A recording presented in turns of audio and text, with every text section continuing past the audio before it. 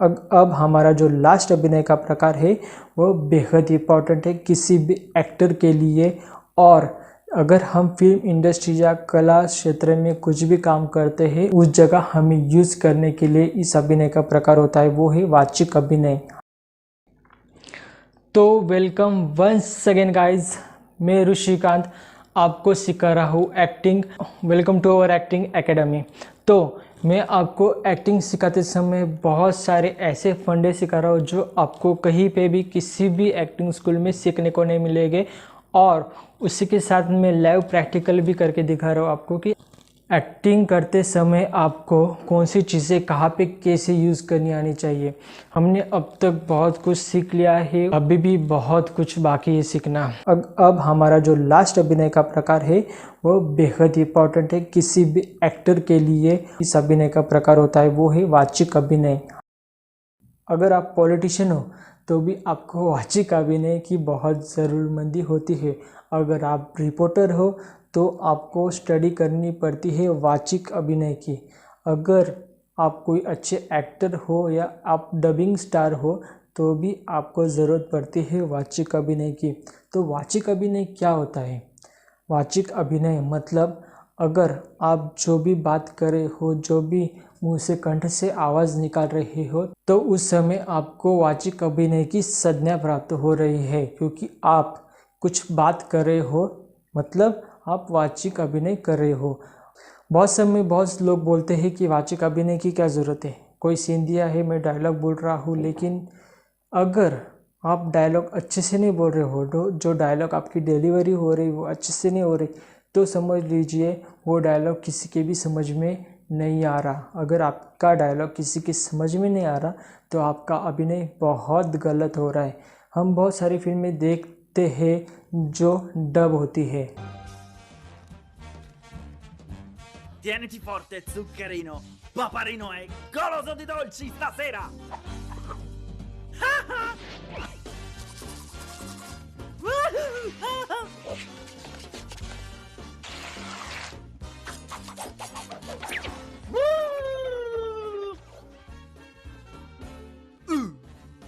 Qualcuno provi a fermarmi.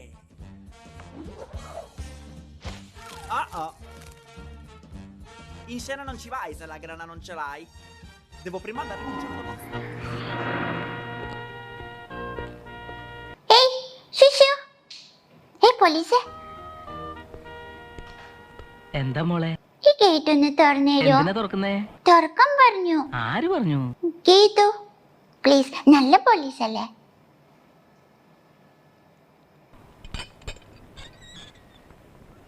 ആരാ മോളെ ഗീതു? ഞാൻ തന്നെയാ.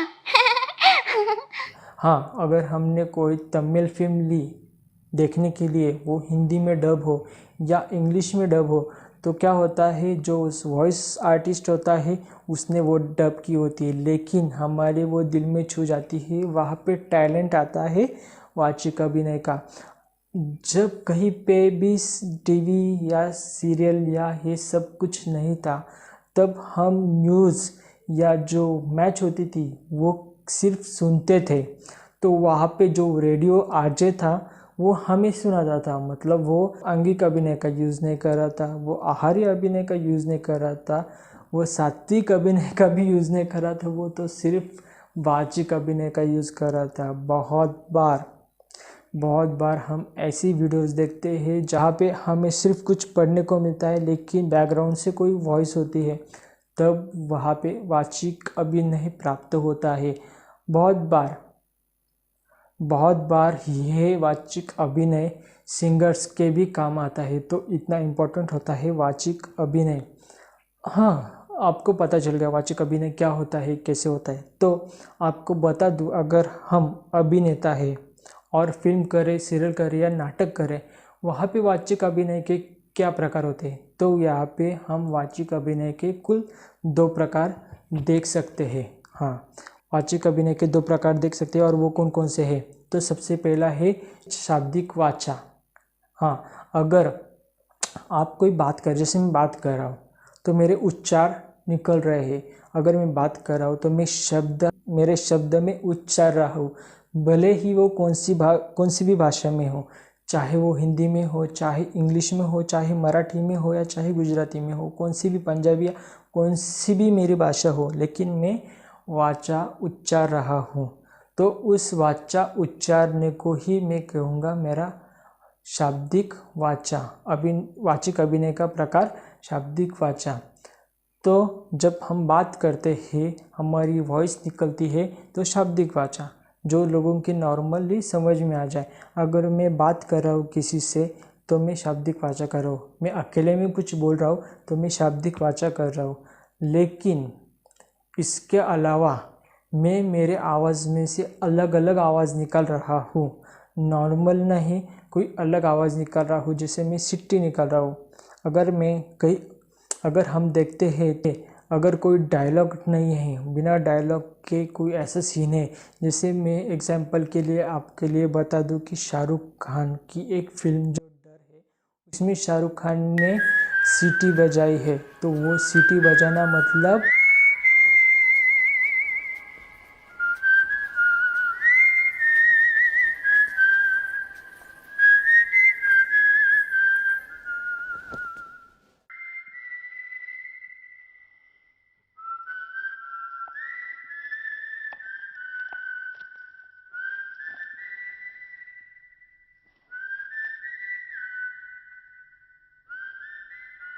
वो सीटी बजाना मतलब अशाब्दिक वाचा। शाब्दिक वाचा मतलब हम बात करते हैं, डायलॉग बोलते हैं। अशाब्दिक वाचा ये दूसरा प्रकार जो वाचिक अभिनय का है, उसमें हम सीटी बजाए या गुर्राए या जो उसमें एक कैरेक्टर है जो गोलमाल का तुषार कपूर ने जो कैरेक्टर किया है, उसमें आ ऊ वे वो जो उसने कहा है वो अशाब्दिक वाचा में आता है। उसके बाद अगर हम किसी कुत्ते की आवाज़ निकालते, किसी पंछी की आवाज़ निकालते हैं तो हम अशाब्दिक वाचा का यूज़ करते हैं। अगर आपने बहुत बार देखा होगा तो डबिंग आर्टिस्ट बहुत प्रकार की आवाज़ निकालते हैं, तो उस समय वो अशाब्दिक वाचा का यूज़ करते हैं। And surfaces. Take horses galloping, for instance. A pair of plastic coconut shells could certainly do the trick, but when it came time to make the horse sounds for a movie like 2010's True Grit remake, I use rocks. how many animals there are? If I was doing a single bird and it was flying, I'd be like, in rhythm, fast, taking off. कोई अभिनेता, कोई वक्त अगर अभिनेता या आप कोई acting कर रहे हो, उसमें आप रो रहे हो या हंस रहे हो, बात नहीं कर रहे हो लेकिन रो रहे हो या हंस रहे हो, उस वक्त जो आवाज़ आती है वो भी अशाब्दिक वाचा है। ये भी आप ध्यान में ले लीजिए। अगर समझ लो, अगर कोई आप ऐसे कैरेक्टर करो जो कॉलेज बॉय का हो और कोई थड़की लड़की है जो आपको देख के ऐसा कर रही है, तो समझ लीजिए वो लड़की इस अशाब्दिक वाचा का यूज़ कर रही है। ऐसा थोड़ी ना होता है कि सिर्फ लड़के लड़कियों को छेड़ते हैं, लड़कियां भी लड़कों को छेड़ती है, इसलिए एग्जाम्पल मैंने ऐसे दिया। तो उसके बाद हम आते हैं कि वाचिक अभिनय करते समय हमें किन किन मुद्दों की जानकारी होनी चाहिए और किन किन मुद्दों का ध्यान रखना चाहिए, कौन कौन से मुद्दे इस वाचिक अभिनय में आते हैं। तो इसके बाद हम देखते हैं वाचिक अभिनय हमने देख लिया, वाचिक अभिनय क्या होता है, कैसे करते हैं, उसके दो टाइप्स हमने देख लिए जो नॉर्मल है। तो लेकिन वाचिक अभिनय हम करते समय किन किन चीज़ों का ध्यान रखना चाहिए और कौन कौन से गुण हमें वाचिक अभिनय में ध्यान में देने चाहिए, तो उस प्रकार से हम वाचिक अभिनय कर सकते हैं। तो सबसे पहले मैं आपको आगे बढ़ने से पहले बता दूं, अगर मैं आपको जो बता रहा हूँ अगर वो आप प्रैक्टिस नहीं करोगे तो आपको उसका फ़ायदा नहीं होगा, क्योंकि आपको उसकी प्रैक्टिस करनी बहुत ज़रूरी होती है। अगर आप ये वीडियो देखते हो तो इस वीडियो के ख़त्म होने के बाद फिर से एक रिवीजन के लिए आईने के सामने जाके आप इसकी प्रैक्टिस करें जो मैं आपको सिखा रहा हूँ। अगर आपने आंगिक अभिनय के बारे में भी जो पढ़ा था उसकी प्रैक्टिस की हो तो वेल डन, और अभी जो मैं वाचिक अभिनय के बारे में सिखा रहा हूँ तो उसकी भी आप ज़रूर प्रैक्टिस कर लीजिए। तो उसके बाद हम जो है कुल मिला के वाचिक अभिनय में जो यूज़ होने वाले गुण, या ध्यान देने वाली चीज़ें वो है नाट्यशास्त्र में 64, हाँ 64 गुण है, लेकिन हम पूरे 64 नहीं ले सकते कि हमारे पास टाइम कम है।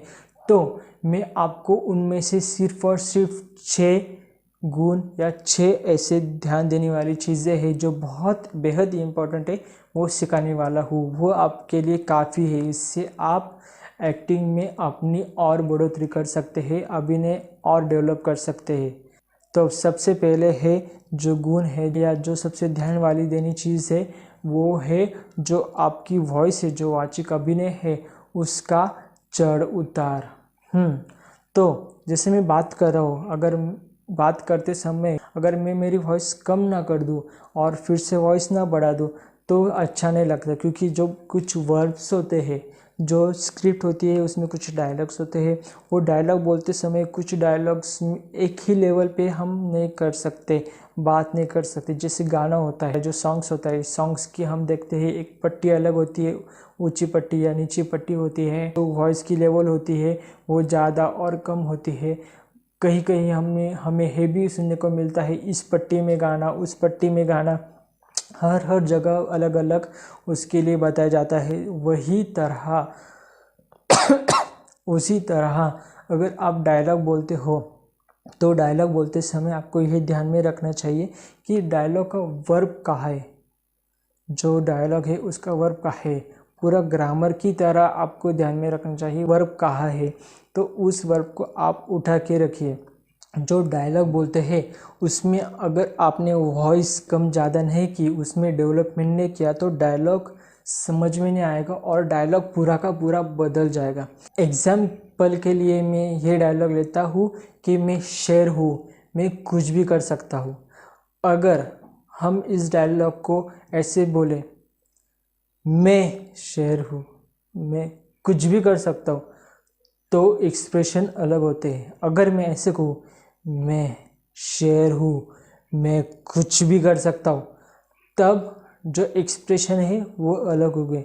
अगर मैं ऐसे कहूँ, ये डायलॉग में अगर ऐसे बोलूँ, मैं शेर हूँ, मैं कुछ भी कर सकता हूँ, तो अलग होगा। अगर मैं ये डायलॉग ऐसे बोलूँ, मैं शेर हूँ, मैं कुछ भी कर सकता हूँ, तो डायलॉग में मज़ा नहीं आता है।